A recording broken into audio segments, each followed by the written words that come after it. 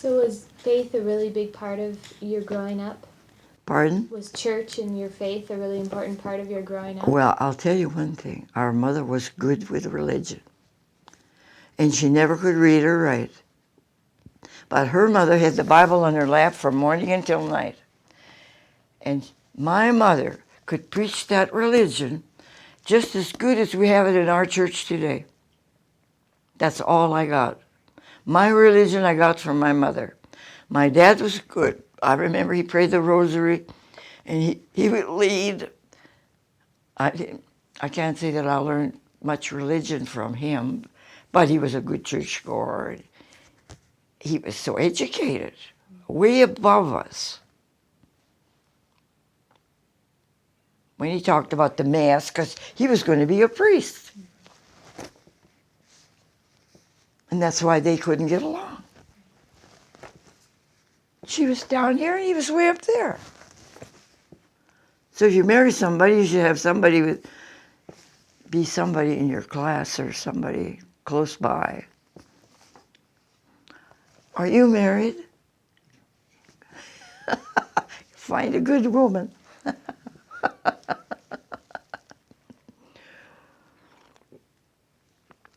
Yeah, it's very important to know them good before you marry them.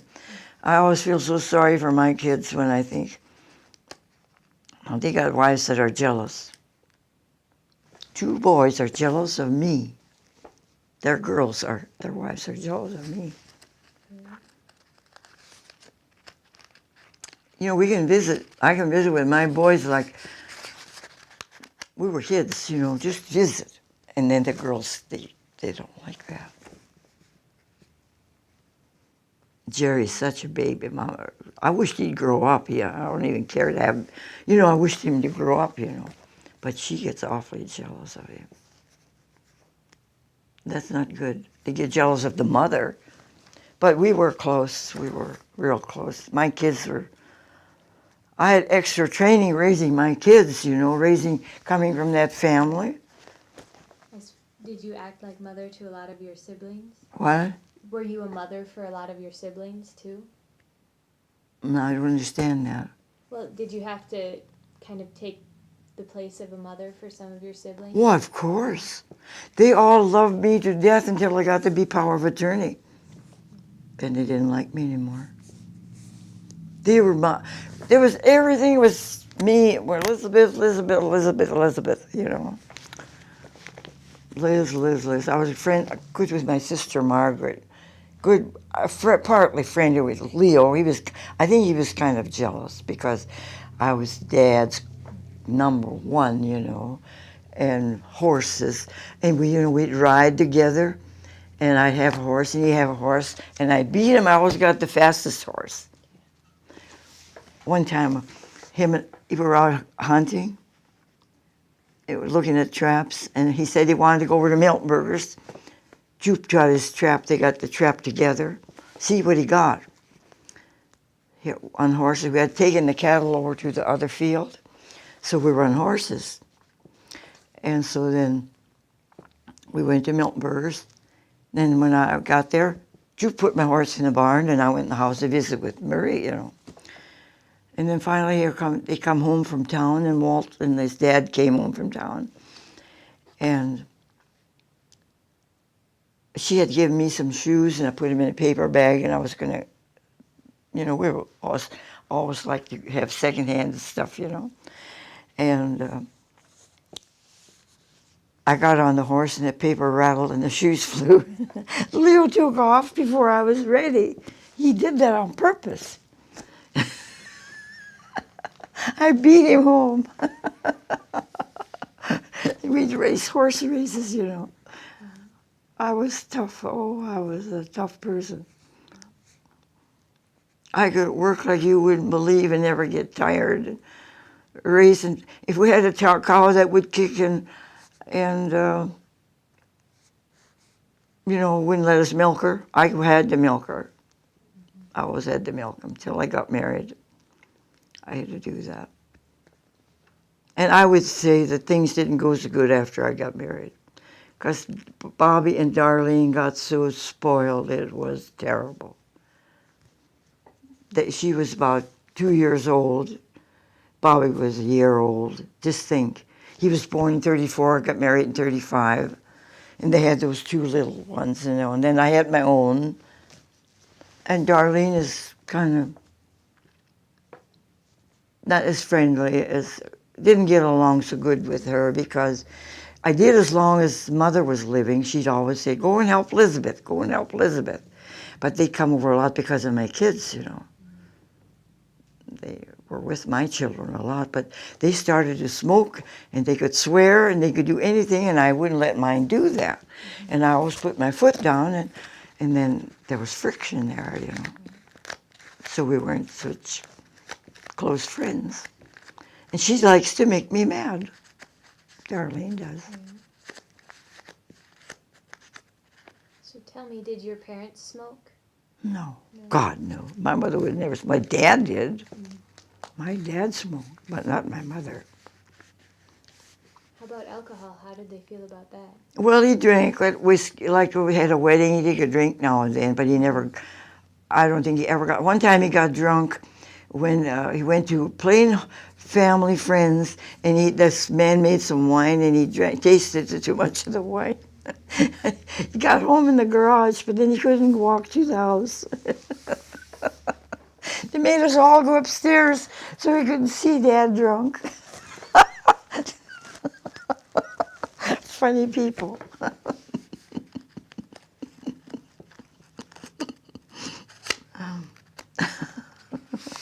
So he was drunk once, just like that. It was just that part. The only time I seen him drunk. His brother was an alcoholic, but the others weren't. But my grandfather, he had a brewery in the house, a brand new house in 1919, and he made his own sausage and his own whiskey and his own beer and his own wine. And the basement stunk like a brewery, and they can't get it out. They're still trying to get it out, and they can't get it out. Get the smell out. Do you remember how he made those things? Oh, yes, I helped make it a lot of times. How did he? Well, you got to know how. Really, I have forgotten how. I wouldn't try it anymore. But do you know how to make beer with yeast? And they let it stand so long, and they can tell by taste, you know. And the wine is made by fruit, any kind of fruit or anything, raisins or prunes or whatever. And choke cherries, I remember we made choke cherry wine once. I helped with that. We could taste it and taste it and taste it. See, that's why my dad got drunk. Helping my friend making wine, and he got tasted so much. What other things did you have to help with around your house? Huh? What other chores did you have around your house? Everything. Everything. You mentioned it. We could bake and cook, and we had recipes, and we could sew. And what's natural, I never had no training whatsoever, but I used to sew all those dresses. I even sewed a dress for my grandmother. I made her 2 dresses. And she wore them to church. And then, my Aunt Lena, that good friend of mine, she wanted to do everything I did. And she thought she knows everything I did. And when you make a flare dress, you got it round. That make it round, and the bottom is round. And then when you pull it straight, it's flare. Mm-hmm. And she would argue with me, it isn't that way, it isn't that way. And Grandma said, you let Elizabeth alone, let her do what she has to do. And Lena didn't like that. She got a little mad at me that time. And the first time Lena was mad at me was that time. Mm-hmm. And we had to make the dress the way I said it was flared. She didn't like that. Was Lena your closest friend? My aunt? That was an aunt that 9 months older than me, yeah. Were you closest to her growing up? Oh, we got together once. She liked me and I liked her. We always wanted to be together. And I got all her nice, she was rich and well-to-do. I got all her throwaways and her good clothes. I didn't care. I was glad to get them. New coat and her coats and hats and dresses and everything I got from her. I never got anything new. Though in Knox one time, I worked out for a lot of people. About 27 families I counted the other day. Imagine I counted it. I worked for Frank Wohlers, Shocked and Milk Cows, for Anton Wohlers, for Larson's, for Jim Degenstein's. Casper took shares. Was terrible. Why was that so terrible? Oh, it was terrible. How I had to work. She was in the hospital. And he was a pinochle player and a drinker. And there was 5 kids there.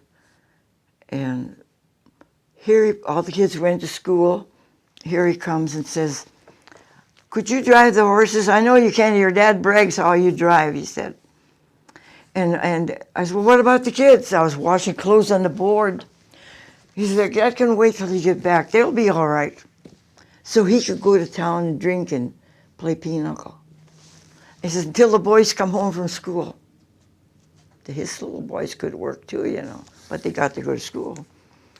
And so I went out, and he had wild rearing horses. Oh my God. When I think about it, it gives me goose pimples that something didn't happen. I plowed and plowed and plowed till the kids came home from school. Then they come home and took over. Then I went home and had to make supper, and there was no food in the house. All we had is eggs and milk, very little flour, and I made ribble soup, and the boys, ribble soup, I could make ribble soup out of eggs and milk and flour. And all the kids liked the ribble soup, but the boys, they would have liked meats. They said, "If we go out and catch some birds, will you fry them for us?" I said, "Sure, I'll fry them." They went out and caught a whole bunch of birds and cleaned them, and they ate the birds. I didn't eat any. I soon had ribble soup. Isn't that something? Yeah. And then one time, his wife was in the hospital. She had Jimmy. And then it got cold, and the cow had twin babies. And I had scrubbed the floors. She always told me how to scrub put oil in the water and scrub it, and they shine naturally, hardwood floors. And I had the floor scrubbed, and I was washing clothes, and I had the wash clothes hanging them all over the kitchen and the dining room to dry them in the house. Here he comes and brings 2 twin calves in and lays them in front of the stove on my floor. Then I took those calves and put them down the basement. I carried them down the basement. Here he comes home with his friend drunk, both drunk. They knocked my clothes down, the stovepipes down with soot in the floor, and my clothes were clean and all full of soot. I had to rewash them. If you don't think I never said a word, what was I going to do? He's the boss. Oh, I could have killed that man. You know what happened? How I got paid? My dad got one big double box, holds about 80 bushel of wheat, seed, so we had seed to put in.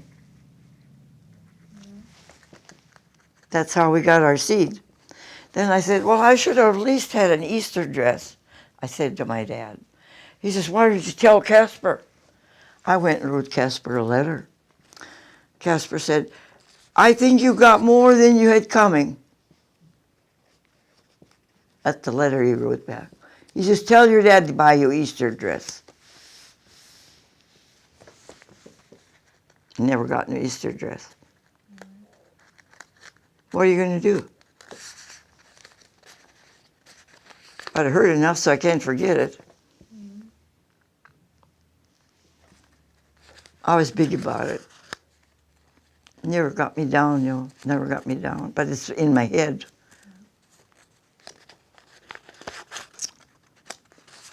If you call good days, it's just like, we never had electricity. We never had on that farm from Anderson's, no radio, no electricity. When we moved to that farm, we had electricity and a radio. We moved to Knox, we had electricity. That was a blessing. How did that change your life? Well, you know how I am. I was so solid that you can hardly get it out of me anymore. I never wanted anything nice. I never wanted anything good. Like Walt had an awful time with me. When we were married, and we couldn't buy milk in Knox, and we had 4 babies, and the folks had to give me the milk. The brothers had to bring milk to me because we couldn't buy milk. Sometimes they brought this milk, there was straw in it, and I didn't like that. They sometimes forgot about me, and in the last minute they've remembered, they went out and got a little milk. So I begged and begged and begged and begged. I wanted a cow. So Walt cashed in his crop, and he went and got a twin set sweater, green set sweater, a velvet dress, and a fur coat. He didn't dare come in the house. He brought Mrs. Alec Wolf along. And she said, Walt bought you something and he's scared to bring it in. Well, I said, let him bring it in. Brought it in, it was a fur coat and twin set and a velvet dress. I said, in the name of heavens, where am I going to wear a fur coat? I'll look like a turkey out amongst the chickens. Where am I going to wear a velvet dress? I might wear the sweater. And we weren't rich, He spent all that money. He was so way up. He come from rich people, They always had money. They always had everything. And I couldn't see it. Well, then they told my dad, then my dad said, well, we still got your calf, my pet calf. I had a pet calf. You can let him bring that calf over and you can have milk. But he didn't want to milk her. So we brought the calf over, and you know how he'd make a fence? He'd make a fence from pole to pole, then the cow would knock the fence on, and she'd go home.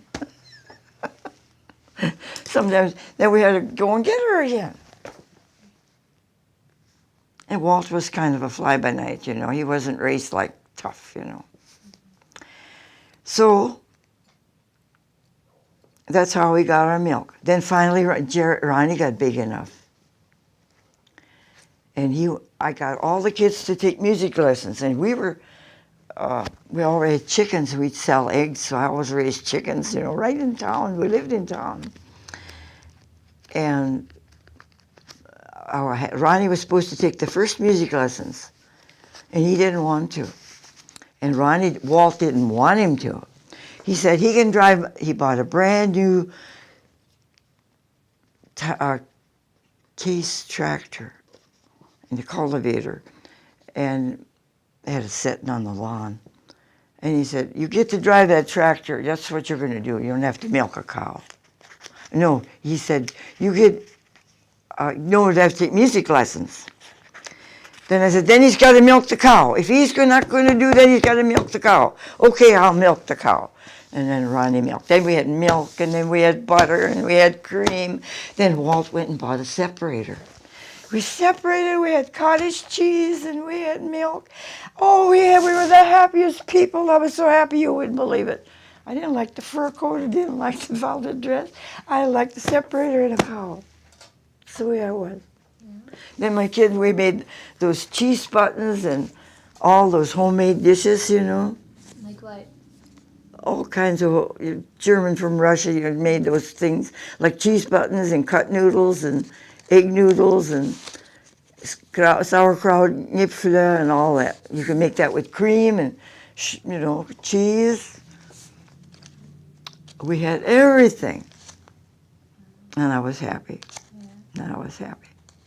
And all the other kids had music lessons, and Ronnie never got music lessons. Then after he was a butcher in Minot, he'd come home and he says, oh, Mother, I wished I could sing and play the piano like the other kids do. He got together with his buddies, and he'd say, the more we get together. He couldn't sing it to them. It's good for you. That's the way it goes. Now, when you were growing up, were your parents musical at all? Or My were they dad all singing? played the piano all the time. He wanted to teach us. But if you make a mistake, he hits you on the head. That didn't work very good. There's Margaret could play on the piano. Leo could play the clarinet. Pete could play the accordion. Ed could play the banjo. I played the banjo for a while. That wasn't so hard. But work was my problem. I couldn't stand to see people. Now it had to be done. Yeah. You have to eat and wash dishes and do things. Milk cows, they got to be milked. You got to separate it. Do you know when Joe was born, the one that fell now and hit his head? My mother had milked all the cows, pregnant, was ready to get the baby. Start turning the milk. She said, "Oh, tell Pa to go and get Mrs. L." I ran out. I said, "Pa, you got to get Mrs. L." He knew what I meant. He took the horses, put them back in the barn, jumped in the car and drove and got Mrs. L. Mrs. L came and she had a bundle. They never told us anything, where babies come from or anything, you know. And she said, "Turn the separator." I had to turn the separator. I was 12 years old. I turned the separator, and by the time I was done, had all the milk separated, the baby went, "Bah, bah." He bawled, he's still falling. I remember that. That's the first time I really got wise when I saw right what happened. She got the baby, you know. That's how they educated us. That's my education.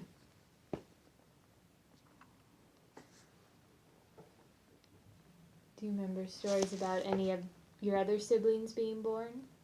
Oh, every one of them. When Darlene was born, or Leonard was born, I had to take a team and horse and get Mrs. Voller and bring her home, and she was a midwife.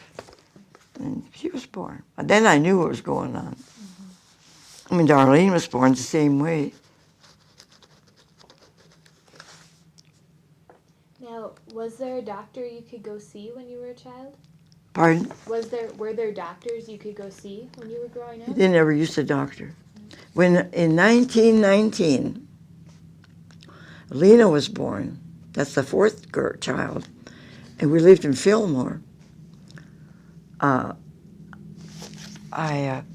There was a window above the door, and I climbed up and looked in the window, and I saw that Mrs. Barch putting a diaper on my mother.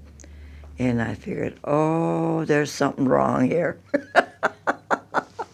I was only 4 years old. That's when I got a little suspicious, you know, but didn't know for sure.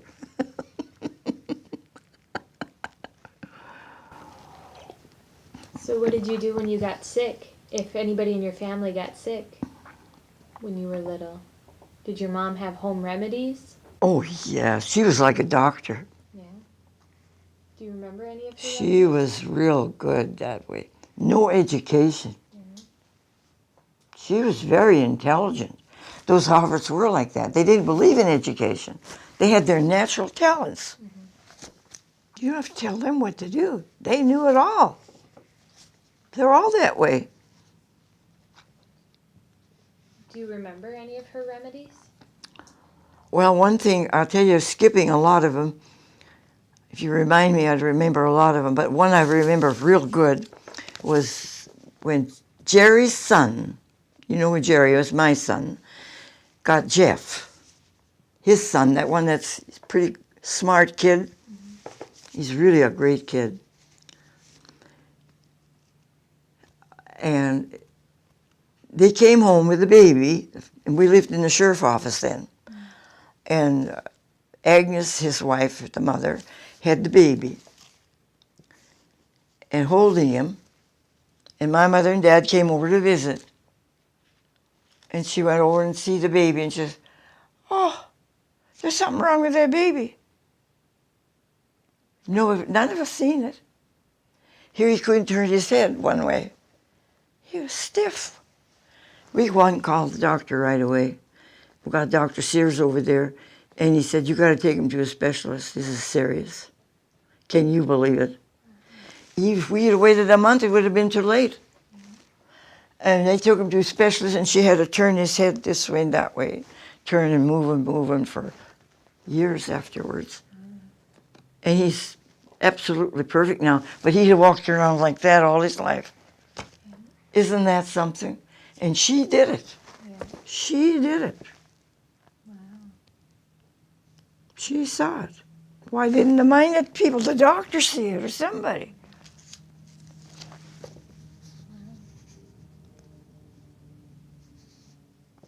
When she was that way with, if anyone got pleurisy, they got plaster, she would mustard plasters on them. Or she was great with the vinegar. Oh yes, vinegar was her medication, everything. We had to gargle with vinegar and all that. She was very intelligent for no education, I'll tell you that. But she was so stubborn. See, nobody's perfect, you know. Can you tell me anything else about your mother? Any other stories? Oh, I could talk all day about her, but they're good and bad. The bad ones are there too, you know. Good and bad. Nobody could cook like she could. She was a good cook. All in her head. What were your favorite foods that she cooked? Sauerkraut, noodles, I like that. Sauerkraut and Äpfel. And Käseknäpfle. She did in the noodle, that's cut noodles. You make them and roll them out, and then you roll them up, and then you cut them. It's just like egg noodles. You can buy them in the store now. But they're not like the homemade ones, you know. And then we put raisins on and prunes on and eat them. And she could make Dampfnudler, you know, out of dough. And a lot of things she was good at. Yeah. I'm telling you, Leo says that the whole war was saved by his mother's recipe. And I don't know how that's possible. I don't remember. But he said that she sent him the recipe of bread dough, how to make cinnamon rolls. And he said he was the cook in the war all the years. And then he, and you know, I send him a lot of recipes, but I wouldn't take the credit for what he says mother did, you know. And I was writing to him all the time. And I had recipes that were bought and send it to him. But I never thought about that. He never told me that. Mm-hmm. He told it to Bobby, and Bobby's telling everybody. And I heard Bobby tell it. But anyhow, they had, the powdered eggs were powdered eggs. And the powdered, everything was powdered, you know, noodles, the eggs and the, what else was powdered? Everything they had was powdered in the army. And these guys would get sore mouths, the army soldiers. And he said, why couldn't you make something else once we've got this recipe from his mother? That's the way Bobby tells it. And then he, did them guys eat. Then he started to make bread and homemade bread and cinnamon rolls. And he said, them guys were so happy. They just loved this cooking. He said, and then the captain came and another lieutenant came and they talked to him and asked him, what are you doing? You've got your men so happy. And this is what he told, stories like that. He never told it to me, but he said, my mother saved the war. That's what he said. That's our mother. So I got to go along with that.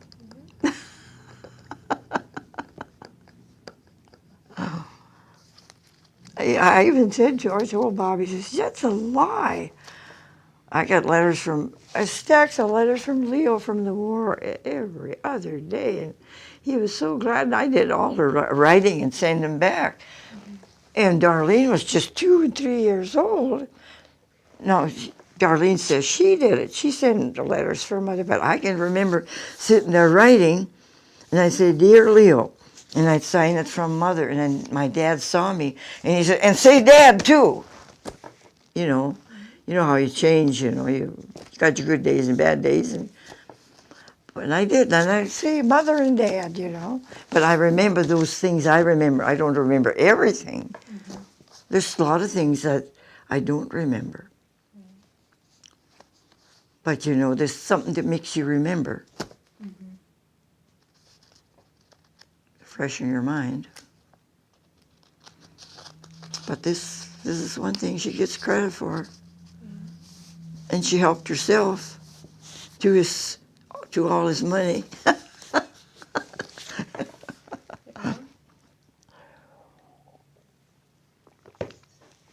Yeah, that was rough days, terrible days, sad days.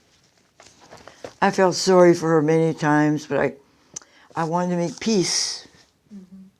If I take sides, and I know my dad had a bad temper, and I had to play it by ear. I had to play it carefully. If I say one nice word, he was just like a different person. Change. And I do that, see? That's what psychiatrists do, They butter him up and then he'd be a different man. And I just did that for peace. I liked her just as much. The kids all thought I favored him. But I didn't favor him anymore. He had his faults. Whatever. But I had to do that to have peace in the family. That's why I did it. You've talked a lot about hard times and working. What did you do when you had time for entertainment? When we got to go to dances with him. Yeah. Didn't happen very often, but it happened once in a while. I got to go to Berwick to a dance, to Rugby to the dance. And different times, he played the dances, and then we got to go along. And certain barn dances, different barn dances. Those were happy days. I like those days. I remember one time Frank Voller had a 50th wedding anniversary in Leeds, and Walt and I went to the dance, and Dad was playing.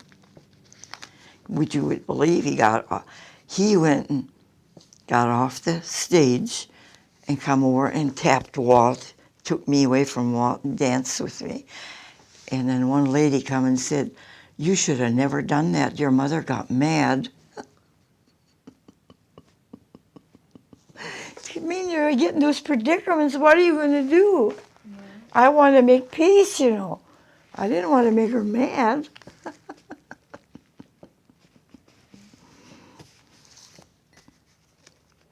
I'm talking to you like I'm talking to God, I'm telling you. I would never tell anybody all this stuff. I suppose you're going to advertise it. I don't care, maybe I'll get rid of it before I die. Maybe it's a good thing. Sometimes it helps just to tell. That's what you do with a psychiatrist. You tell them all your problems and you go away. Yeah.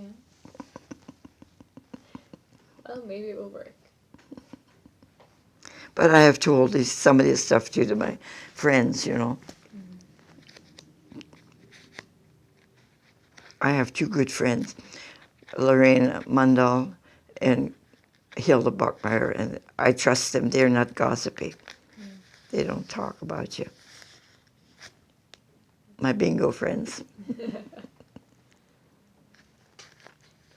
Did you ever play Pardon? games? Did you ever play card games or anything growing up? Oh, gosh, I'm a big bingo, pinochle player. I used to play cards with the kids. Us kids as a family, we were all bingo players. When the boys brought a girl home to get married, she had to learn how to play pinochle. Oh, we are the biggest pinochle players you ever saw. And when we were in the sheriff office, I played with the lawyers and sheriffs and officers and played with the men, real tough with. They teach me how to play like a man plays, not like a woman plays, like a man plays.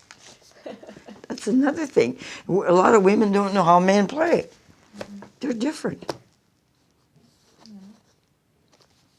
And then when I go to senior citizens, we play cards there. They got me to show them how to play a rummy game. So I got them all to play this rummy game. And we were going real good. Everybody's playing this rummy game. In fact, some of the people that don't go to senior citizens, if we went to the KCs and they started there playing this rummy game. In fact, Charlotte Blessum says that, let's play Liz's game. But lo and behold, Hilda Buckmeyer ruined it. And she played her way. You see, then you play this rummy. You play from ace to the king. The ace is wild, then the deuce is wild, 3 is wild, until the king, then the game's over. And then when they're wild, we also have 2 jokers in there. You can use them for anything, like 3 sixes, 3 kings, or 1, 2, 3, or whatever. And how she ruined it was then after you're done and somebody rums, you have to count what's left over. Then the ones that are left over, you have to count, there'll be 10s in there. And count them as they are, what you are. But you count the aces, 20. You count the kings and queens, 10. 10 and 10s are 10s. Then the 9s and the 8s and the 7s and the 5s and them are as they are. Okay. Well, she said, call them all 5s. Oh. And that isn't fair. She got everybody to do that. And when they come to play with me, we found out she's doing that. One day I was supposed to play with her, and she said, we're playing 5. We call these 5s. I said, I'm not playing with you. I said, that's not fair. I said, there's aces in there and kings and queens, and you can't call them 5s. That next person gets more cards then. Yeah. So now they're correcting it, and some women don't want to do that. Yeah. They got trouble now. But there's newcomers there, they come to my table and they tell me that there's one lady left that won't do it. So we've had a lot of doings on the card games. I like cards. Oh, I love it. I'd sooner play cards than eat, I'll tell you. But I do eat enough. Were there any other games you played as a child? As what? Any other games you played as a child? At cards? Oh, or yeah. Anything. Oh, I can play any kind of game. Yeah. But usually we played a pinochle. And when Eva Voller was living, we had such a good time. She was such a good friend. We invited so many over that have already died. Yeah. So many have died. But I got one good thing you haven't heard about. Okay. Best thing of all. We go to bingo. In 1995, I had a good year, but I didn't. I kept track of it. I got books and I got scores of it. But in 1905, and let's see, what do you call it now? 1905, yeah, no, 1902. Isn't it 5? I can't remember now, babe. What am I seeing? 2005, 2006, 2005. I made enough money to pay for a roof on this house. Wow. And I go to the H&R Block. I had all my slips, and I had to pay for that, but I made enough. I made that much money that that's what the roof cost. Wow. I made $5,200. That's what the roof cost, and that's what I made in bingo. Let's see if I can write on this one. In 2006, I can't tell you how much I made. I won 2,200 once. I made 125. I got the You Pick 'em. That was 250. And anyhow, I made enough for the 900 for the street out here. I put the street in. with bingo money. 600 for the taxes. And see something, now I'm getting excited and I can't think. Anyhow, it comes around, I added it up the other day. It was over 43,000 I made money on bingo in 1 year. And it's a lot more than that because I didn't keep track of all the little ones. Yeah. But I didn't do so well in 2007. I just get enough, because I didn't get big ones. Mm-hmm. Here the other day I cleaned my purse and I had 16 slips. Every time you bingo, you get a slip. Mm-hmm. I had 16 slips. Yeah. Handed them back. And the other day I found 6 more. So I win, but they're little ones, see, in 2007. But they got jackpots up there that you get $11.99 was nothing. I got that many times. Mm-hmm. You don't have to pay no internal revenue, see, up there, because it's with the Indians, you know. Mm-hmm. And I've got the Texas one. That's 1,000 many times. And they got those you pick 'em, you write them in yourself, you know. And I got them many times. Yeah. I just had a great time. Well, everybody in town knows that I've been lucky. Yeah. But not so lucky. I don't call it so lucky in the 7 because I'm running low in the bingo money. I have my money separate. I don't use my own money. I just had my bingo money separate. See, when I won all that, I had a lot of money to save, you know, and I just... Yeah. Wow. I never used my own money. But I give the kids, even at Christmas time, I give them each $500 from bingo money. Oh, wow. But it seems like I'm getting so old and so stiff, I can barely make it. You seem like you're doing pretty good. Yeah, you can't live forever, though. You might as well know it. Some days are coming. But that's my most fun is bingo. Yeah. Especially when I can make money, you know. So if I have to dig my own money, I'm kind of stingy, you know. Yeah.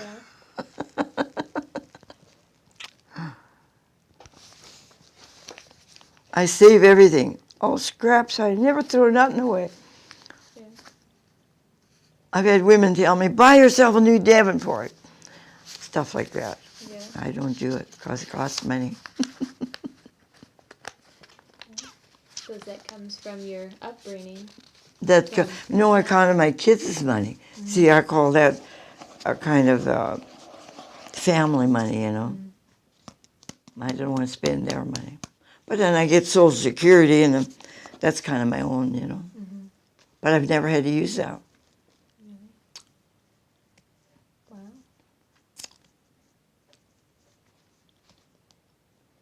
They got pretty mad at me up there, those Indians. They got mad at me.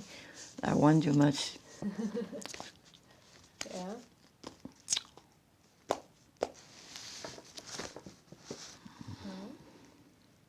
What else do you remember about being a kid, about growing up? All I can think about is the plowing, horses, cows, cattle. My brothers and sisters, I was bossy, you know. Mm-hmm. I made them work. Yeah. You know, one day I heard my mother say, "You better do it, out here she comes." That was earful. That was an earful. I didn't realize I was like that, you know. But I figured they should do it. You got to do this, you got to do that. Like pick the eggs and feed the pigs and feed the chickens and all that stuff. I was kind of a manager. Yeah. And they depended on me. Yeah. Sounds like it.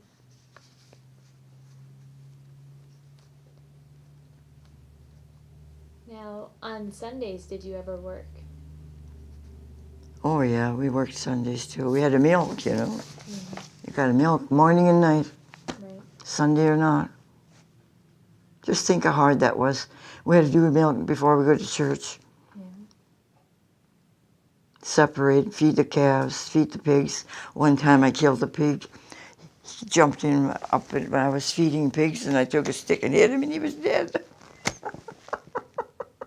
I took him by the leg, drug him down by the lake down there.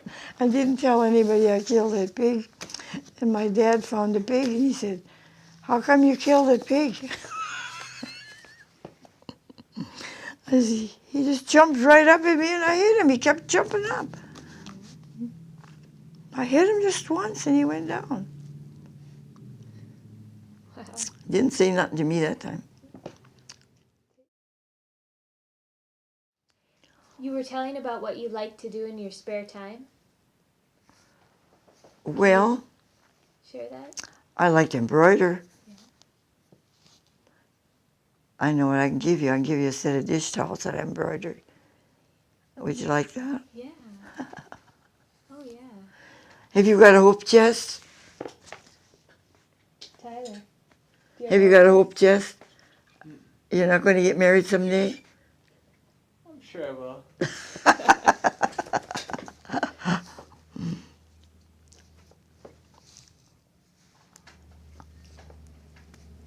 Well, I like to embroider, and I made that quilt, you know. I made quilts for all the girls. Yeah. Theo got one. Then Mrs. Whalen, she was a big, good friend of mine. She made a big star quilt, and then I quilted it and gave it to Theo. Yeah. And Theo got one. Patty got one of state roses flowers, state flowers. Oh yeah. I give that to Patty. Wow. And I made Woody one. He wanted one. I don't know if I give anything to Jerry. He's always home. He's always getting something. Yeah. But I do, when I spend most of the time, my spare time, nowadays it's getting so that I watch television. Yeah. But it's bingo. We go twice a week. Oh yeah. And I go to Mass every morning. Okay. Now, what was church like when you were growing up? What was it? The same as it is now. Did you sit with your family? Mm-mm. No, we usually never sat with we could sit by ourselves. But the Mass is still the same as it was when, just the way our mother taught us, it's still the same. Was anything done in German when you were growing up? That's one thing, when we went first to Mass, it was always in Latin. Right. We couldn't understand a word of it. And we had to kneel and kneel and kneel, so that's different. And now that we can talk English and we can have a prayer book, and they even have the books now. Yeah. They buy the books. It's a lot better, Yeah. different than it was years ago. Because in those days, people couldn't even read, so many of them. Yeah. And they had Latin. I could never read Latin. That's hard. Yeah. It is. But just look how hard those people had it when they come over here. Yeah.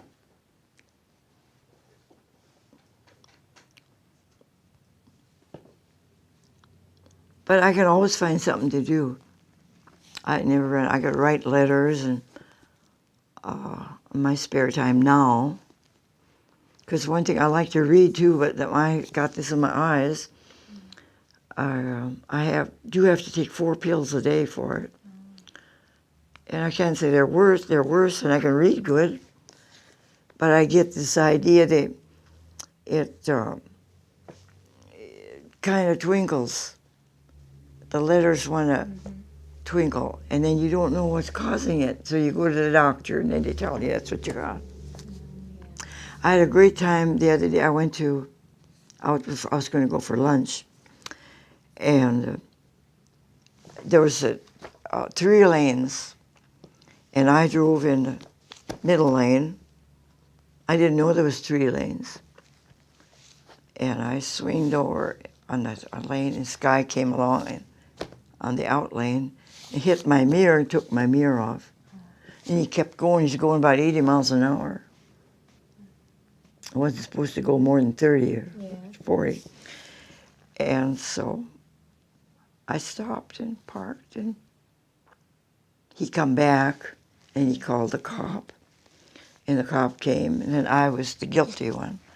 And here I had 2 days left to go and get my driver's license. Yeah. And so I paid $20. I was in the wrong. That's what he said, because I was in the second lane, you know. Mm. But, you know, he shouldn't have gone that fast, and he shouldn't have been in the... Because there's the 3 lanes only go so far. Mm-hmm. Isn't that something? Right. It starts only so far, only goes so far, and I happened to be in... I didn't even know about this 3 lane. That cop shouldn't... I don't think I should have been called, but $20 didn't hurt me none.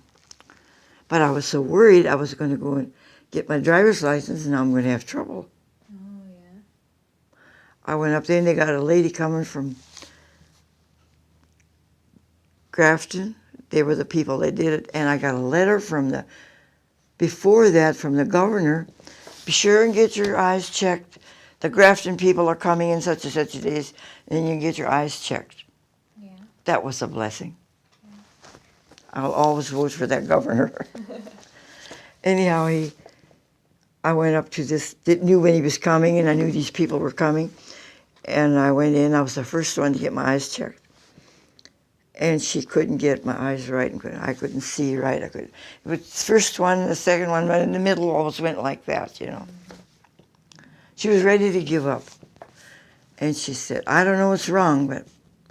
Well, I said, my doctor said that if I have any trouble, I should call on him, and he'll help me. Oh, she says. She just tried once more. Tried it once more, and I made it. She let me go. Wow. Now, what was that? That was a psychology deal. Yeah. Yeah. Yeah, that's the way they work. They got agreements of some kind. Yeah. When the doctor said, you know, if you have any trouble, call me. She didn't want to call him and talk to him. Anyhow, I got my driver's license. Oh, good. And you don't get the Social Security on there anymore now, so I don't have that. But anyhow, I got my driver's license, and I paid for my accidents. My last accident I had about February, just before my birthday, when I had that accident. Yeah. And I saw the cop in church, and I said, I don't like you anymore.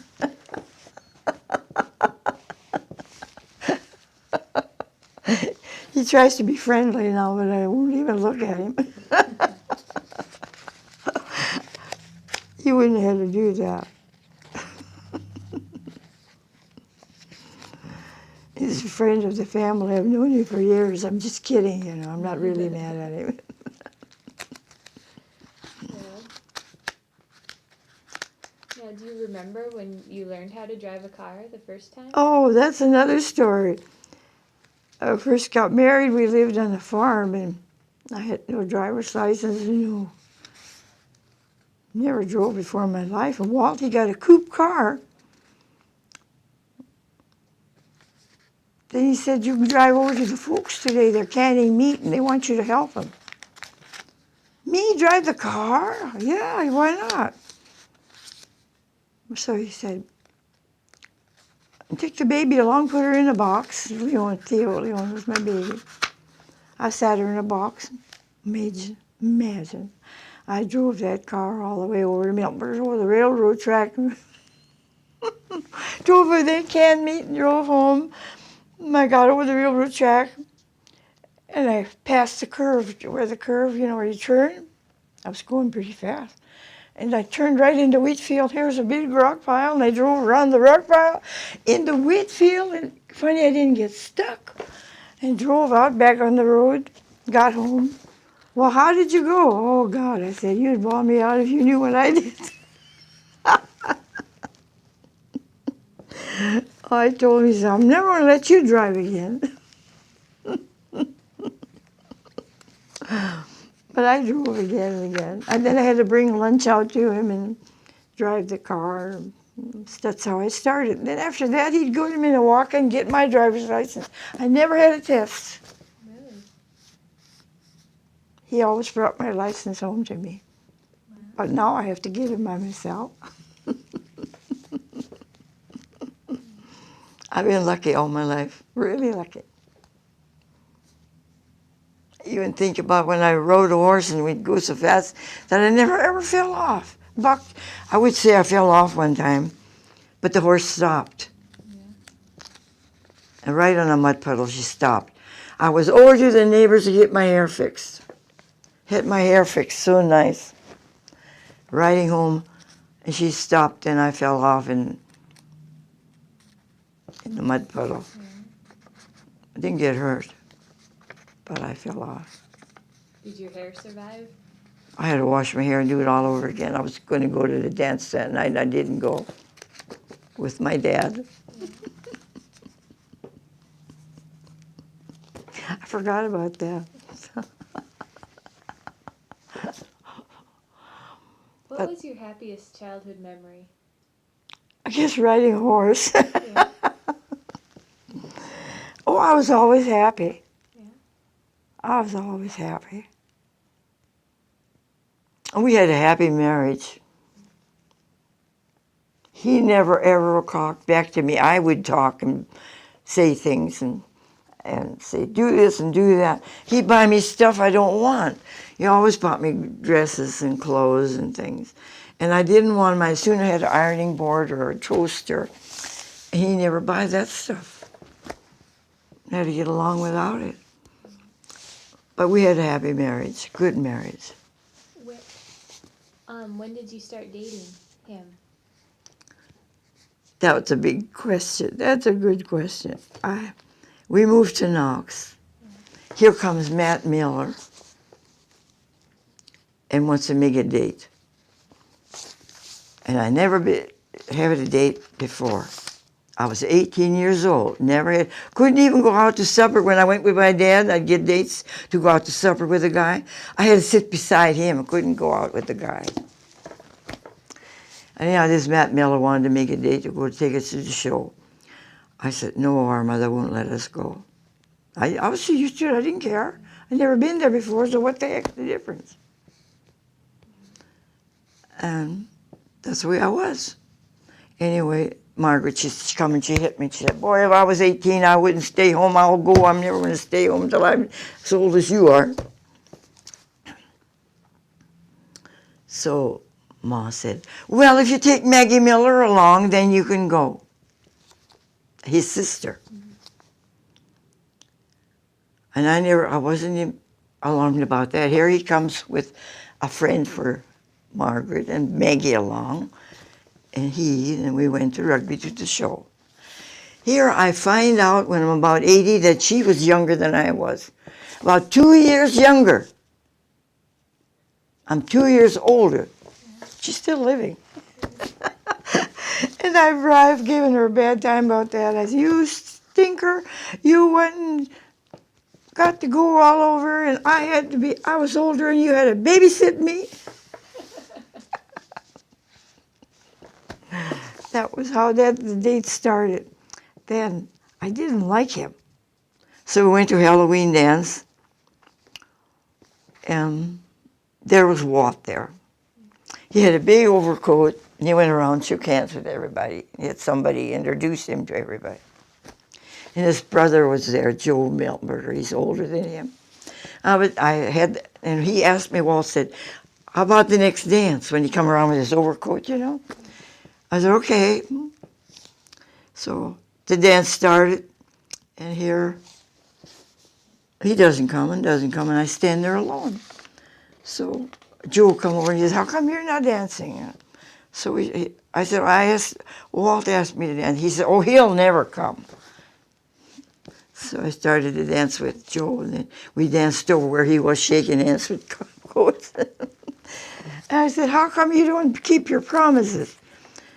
Oh, next dance, Joe said. He's fooling, he's kidding, he'll never come. We kept dancing. When it was the last dance, there was a Lyle Lundy there, and he was a slick dancer, real slick, nice. Really could dance nice. I danced with him, and here comes Walt, with the last dance, his last dance. Here comes Walt through his overcoat, grabs me from Al Lundy, and then we went out into Mike Wolf's car, and he took me home. That was my first date. And I married the guy. That's a dumb story.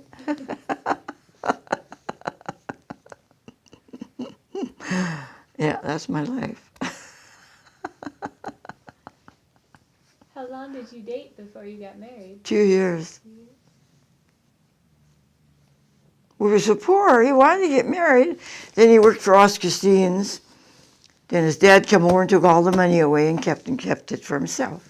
Then he went to Devil's Lake on thrashing, Leo and him, and they worked and worked and worked, and by golly, the old man come down there and got his money. Took every bit of his money. He took the other boys' money too. He put it in the bank. He was worse than anything you ever seen. He had a tough old dad. He always had money. Took the kids' money.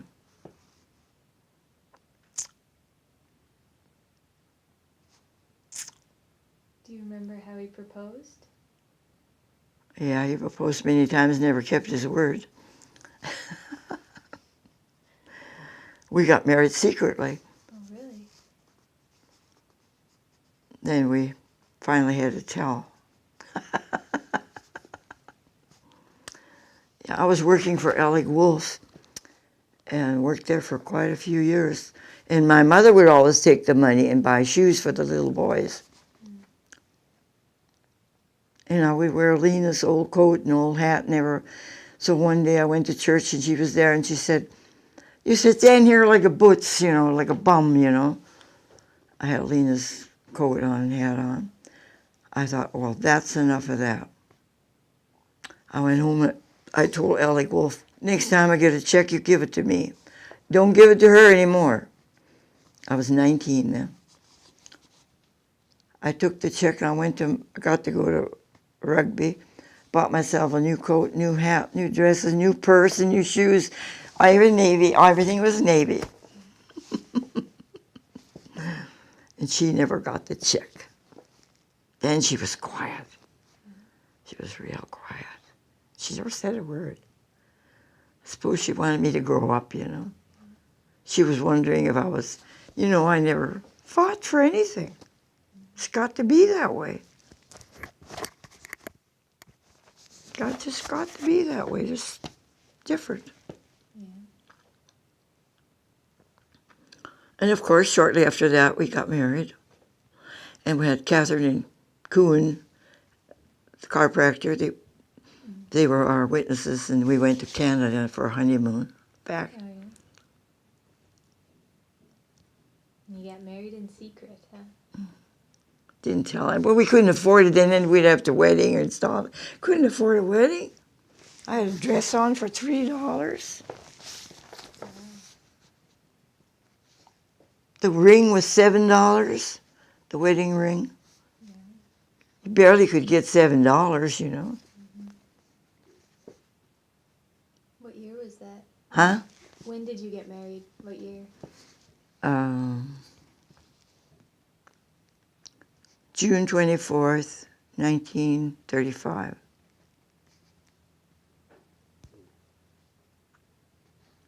And where did you live after you got married? Home, in our homes. I still stayed home, and he stayed in his home. And I still worked for Alec Wolf's. Yeah. How long was it before you told your parents? Huh? How long before you guys told that you'd gotten married? After I got pregnant.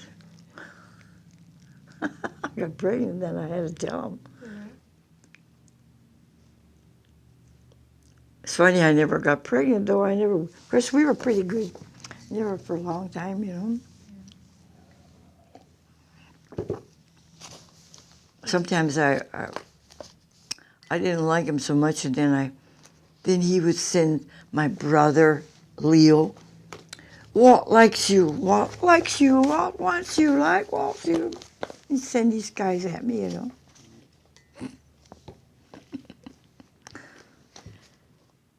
I was a flirt. I was a manizer. I like boys, I like men, you know, I do. But I was careful. I never stepped out on him. Never. I don't know if he ever did, but I don't think he did. But I wouldn't swear. You know, some husbands step out and the wives never find out, you know. Right. But I know I never did. I couldn't be that way.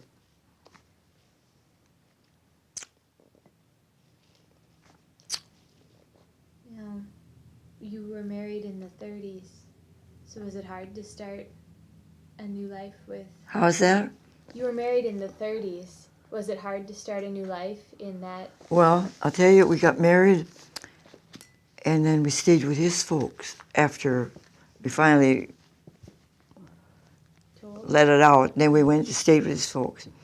And then they rented a farm, and we lived on the farm, and they give us horses, and we had cows and pigs, and we farmed for 1 year.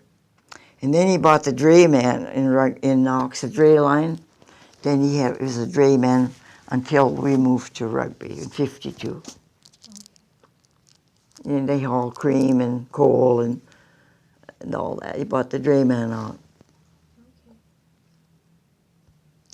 Okay. Now, World War II would have happened soon. Did that? Yeah, and then, you know, we had 4 kids then. He was, as far as Fargo, he was drafted. He was 4-H, you know, and he had never got his turn until him and Bill Stone got as far as Fargo, and that was the end of it. Then the war stopped. So he never had to go. But it would have been nice afterwards if he had been in the service, because he was that kind of a person to drink with the guys and all. That's where I felt sorry, you know. But I was praying all the time he wouldn't have to go. I had 4 kids. I was scared. But he never said anything. They had him drafted just so far, and then he quit. Yeah. Same with Bill Stone. He had 4 kids, and he went as far as Fargo. What else do you remember about the wartime?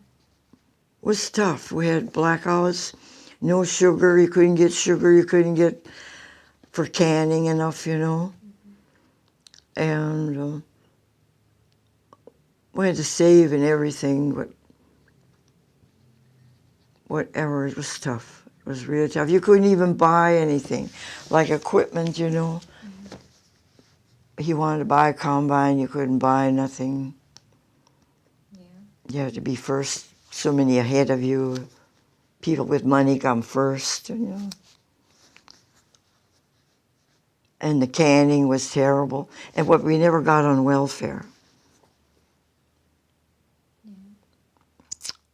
Because those on welfare usually got more sugar and stuff for canning.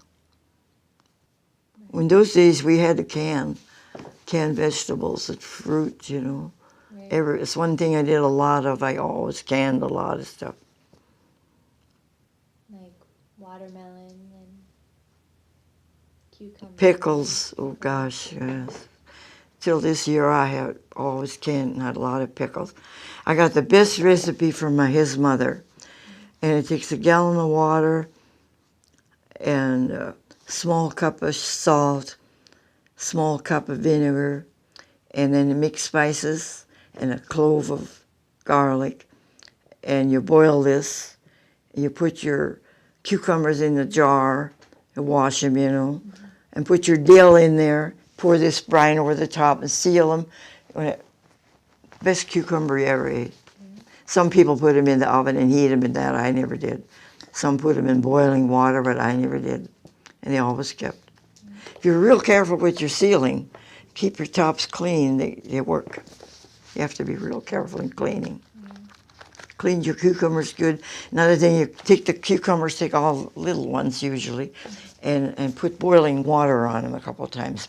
Kind of wash them off. And boiling water, and that kills all the bacteria, you know, and you don't have any trouble. I did that for years and years, and it never spoiled on me. Yeah. And I got that from Walt's mother. She was a good canner and a cooker and cook. She could make the best chocolate cake you ever heard of. Yeah. But getting the war business was all his friends had to go. And then when they come back, they all celebrated together. And everybody went into the Legion. Because I had a brother, two brothers. I got into the Legion. I'm a legionary person, a Legion person, you know. I still belong to the Legion. And I like that, you know. But poor Walt was always out in the dark on that part. Because they really celebrate, you know, get together and have a good time.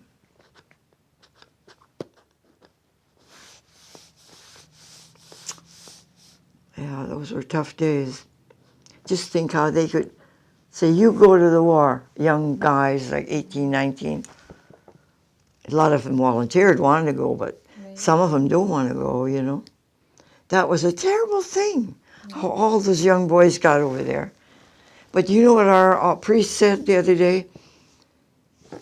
Not a one of our boys that was drafted from the Rugby area, they all came back. Really? Wow. That was great. Yeah. I didn't know that. That is great.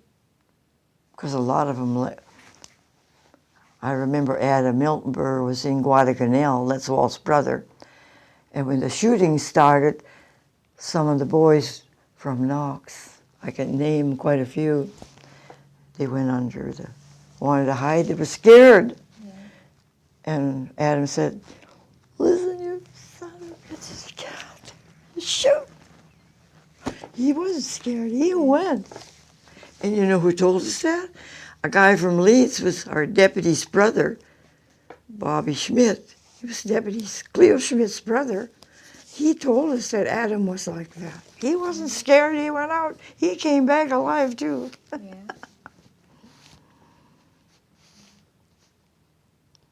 But some of his friends, they came back, but they were scared. They had to hide.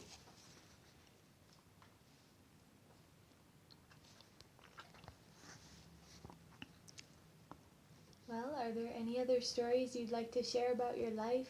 I think I've told enough. All right. Why do you think it's important to tell your life story? Oh, I don't know. I've always had it in my mind, you know, you can't imagine. You should come and spend weeks with me. Yeah? I got boxes out there of Santa Clausing, how I used to go Santa Clausing for 50 years. Yeah. Just imagine. And he was a good Santa Claus. Everybody liked him. He was a judge. He was a sheriff. Good businessman, good father, good husband. Well, he's 73 when he died. But he smoked too much. He could have never took care of himself. Yeah. That's what did it. If he would have just watched, and he loved meat so bad, if he would have, the doctor told him to eat only 2 ounces. Oh, God, he couldn't stop with 2 ounces. And he wouldn't listen. Yeah. I wanted him to quit smoking. I wanted him to watch his diet, but he wouldn't listen. Done what he wanted to do. Yeah. He always did what he wanted to do.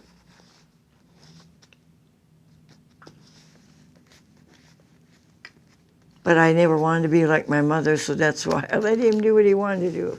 Yeah. Such is life. Well, are there any other thoughts or observations you'd like to tell? Right now, I'm kind of talked out. All right then. Well, thank you so much for doing this. Thank Really you. enjoyed it. Thank you both for doing this. I think it's a great treat for me. No, it I was for us appreciate it. too. I appreciate it. But I figured it was all going to be different.